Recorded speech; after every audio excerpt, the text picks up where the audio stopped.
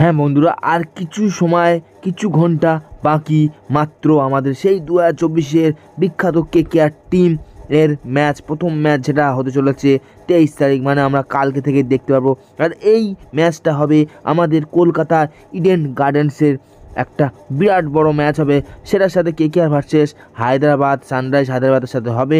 আর এখানে কেকেআর কিন্তু টিমের বিরাট একটা পরিবর্তন করেছে, আর সেই পরিবর্তনটা তোমরা কিন্তু এই ভিডিওতে সমস্ত কিছু জেনে যাবে। আর ভিডিওতে কী জানবে, ভিডিওতে জানবে যে টিম 11 এখানে কিভাবে গুছিয়েছে কেকেআর কলকাতা নাইট রাইডার্স। আর বিশাল একটা কিন্তু ওপেন ব্যাটসম্যান নিয়ে এখানে কিন্তু নামতে চলেছে, ভয়ঙ্কর ব্যাটসম্যান, ভয়ঙ্কর ওপেনার হতে চলেছে কেকেআরের এইবারের আইপিএল। তোমরা যদি অবশ্যই ক্রিকেট প্রেমী হও, অবশ্যই সাবস্ক্রাইব করে আর লাইক শেয়ার করে আমার পাশে থাকো, আর বেল আইকনটা একটু বাজিয়ে দাও। আর ভিডিওটা চলো শুরু করা যাক। ফাইনালি 2024-এর আইপিএল ম্যাচ প্রথম শুরুটা হয়ে যাচ্ছে আরসিবি বনাম সিএসকের মধ্যে। আর 23 ম্যাচ আমাদের কলকাতা খেলবে কেকেআর ভার্সেস সানরাইজ হায়দ্রাবাদ, যে ম্যাচটা কিন্তু কলকাতার বুকে ইডেন গার্ডেন্সেই হবে। কলকাতার সানরাইজের সাথে মুখোমুখি হয়েছে মাত্র 25 বার, কিন্তু 25 বারের মধ্যে 16 বার কিন্তু কলকাতা সানরাইজ হায়দ্রাবাদকে হারিয়েছে। কলকাতার রেকর্ডের মধ্যে, হ্যাঁ বন্ধুরা, সবথেকে বেশিবার হারানোর টিমের মধ্যে পাঞ্জাব আছে, আর তারপরেই কিন্তু সানরাইজ হায়দ্রাবাদ টিমটা আছে। তো এখানে কিন্তু 16 বার সানরাইজ হায়দ্রাবাদকে পরাজিত করেছে। আর এবারেও কি পারবে কলকাতা সানরাইজ হায়দ্রাবাদকে হারাতে, সেটা আমরা এক্ষুনি দেখে নেব।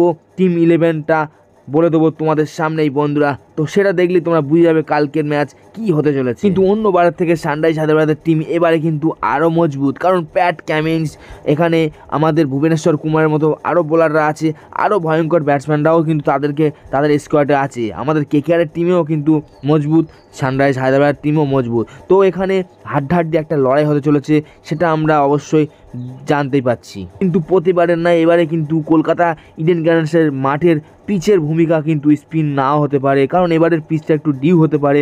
সেকেন্ড ব্যাটিংয়ের দিকে পেসারদের জন্য খুব ভালো চলতো। তো সেই জন্যে এখানে কেকেআর কীভাবে টিম গুছিয়েছে টিম 11, সেটা আমরা একটুখানি জেনে নেব। কেকেআরের প্রথম ওপেনার, ভয়ঙ্কর ওপেনার যেটা হতে চলেছে, এখানে ফিল শট আর এখানে ভেঙ্কটেশ আয়ার এখানে কিন্তু খেলবে, কারণ দুটো ম্যাচেই ফিল শট কিন্তু এখানে খুব দুর্দান্ত পারফরমেন্স করেছে। আর এখান থেকে বাদ হয়ে যাচ্ছে দুটো অল্টারনেটিভ ছিল আমাদের ওপেনে, কারণ ওপেনে কিপার যেরকম ফিল্ড শটও করতে পারে, সেখানে কিন্তু আমাদের গুরবাজও কিপার ব্যাটসম্যান ছিল, বাট এখানে ফিল্ড শটের ভূমিকা একটু বেশি ছিল, মানে একটু ভালো খেলছে গুরবাজের থেকে, সেই জন্য এখানে ফিল্ড শটকে কেকেআর নেবে। আর এখানে আমাদের ইন্ডিয়ান ব্যাটসম্যান ভেঙ্কটেশ আয়ার কিন্তু এখানে তার সাথে ওপেন করতে পারে। মনীষ পান্ডের একটা জায়গা ছিল, বাট ভেঙ্কটেশ আয়ারই কিন্তু এখানে একটা ওপেন করতে পারে। দেখা যাক কালকে আমার কথা সত্যি হয় কিনা, তোমরা দেখতে পাবে। তো এখানে এই দুজনকে কিন্তু ওপেন, এখানে কিন্তু যদি ভেঙ্কটেশ আয়ারের পারফরমেন্স ভালো না থাকে, এখানে কিন্তু রঘুবংশীও খেলতে পারে।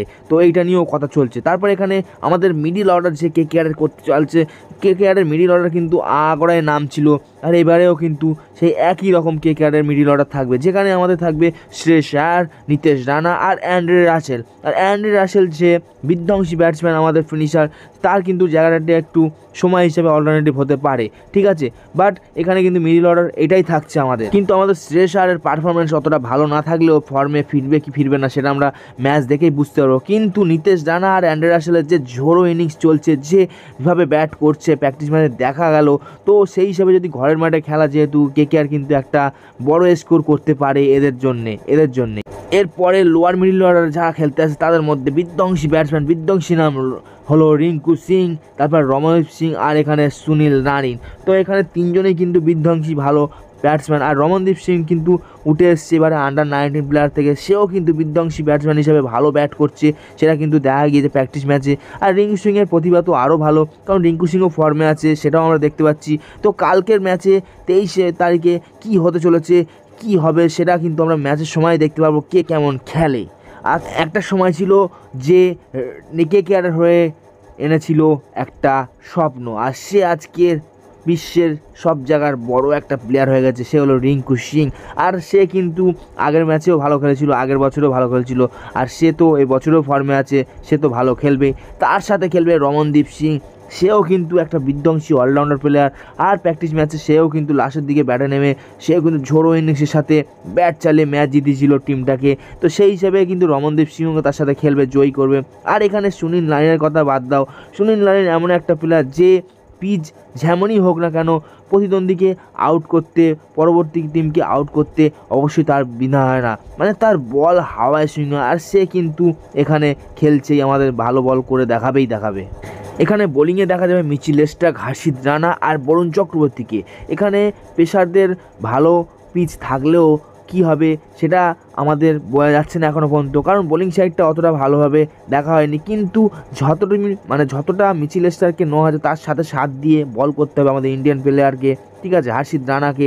যদি হার্ষিত রানা ভালো পারফরমেন্স না দেখাতে পারে তাহলে তার জায়গায় খেলবে সাকিব রানা।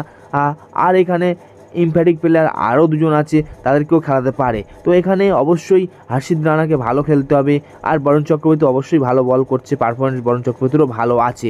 তো এখানে তার জায়গায় হার্ষিত রানার জায়গায় এখানে হার্ষিত রানা যদি পারফরমেন্স না করতে পারে এখানে যদি ভারতীয় প্লেয়াররা সবাই কিন্তু ফ্লপ খায় তাহলে এখানে কিন্তু সাকিব হাসান সেও কিন্তু ভালো ফর্মে আছে। আর এখানে ভৈরব আরারা, এখানে সোহাস শর্মার মতো প্লেয়াররা আরও আছে যারা এখনও কিন্তু বসে আছে, টিম 11-এর মধ্যে জায়গা করতে পারেনি, তারাও কিন্তু খেলতে পারে এখানে। আর এখানে যদি 3বারের মতো, মানে আমাদের 2বার অলরেডি কেকেআর পেয়ে গিয়েছে কাপ, 3বারের না যদি পেতে হয় তাহলে কিন্তু প্রথম থেকেই ভালো বল করতে হবে। আর ভিডিওটা লম্বা করলাম না, বাই দ্য ওয়ে আজকে ভিডিও এখানেই শেষ করলাম। নেক্সট ভিডিও পাওয়ার জন্য তোমরা সাবস্ক্রাইব করতে থাকো আর আমার পাশে বেল আইকনটা বাজিয়ে থাকো। Tata guys, bye bye.